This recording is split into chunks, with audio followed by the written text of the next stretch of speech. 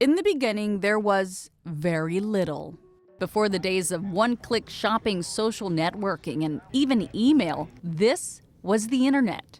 Well, the I.M.P, which is behind me, its job was to basically store information from other computers and forward them to another one. It was 40 years ago, on September 2nd, 1969, that a team of engineers was able to get two computers to share information, creating the first network in what would eventually become the internet. What we were thinking about was machine-to-machine communications.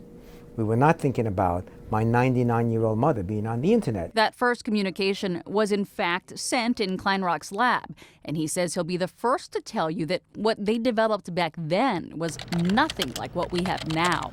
We trusted everybody on the network. We knew them all. Everybody behaved well. We shared everything we did. We were not economically motivated. The motivation, in fact, came from a need for him and others to share data as they tried to stay steps ahead of the Soviet Union. And that's where this came to play, a hulking machine that sent and received data of phone lines and was in today's standards as slow as it is big.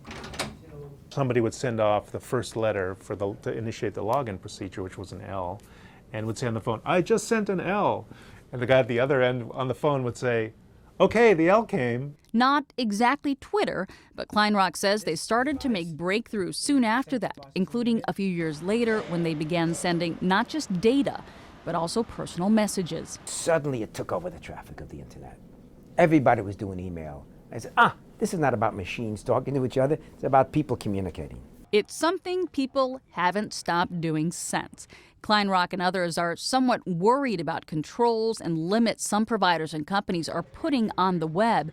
But in general, they say there's still plenty of room for their little experiment to grow. Myra Lopez, The Associated Press.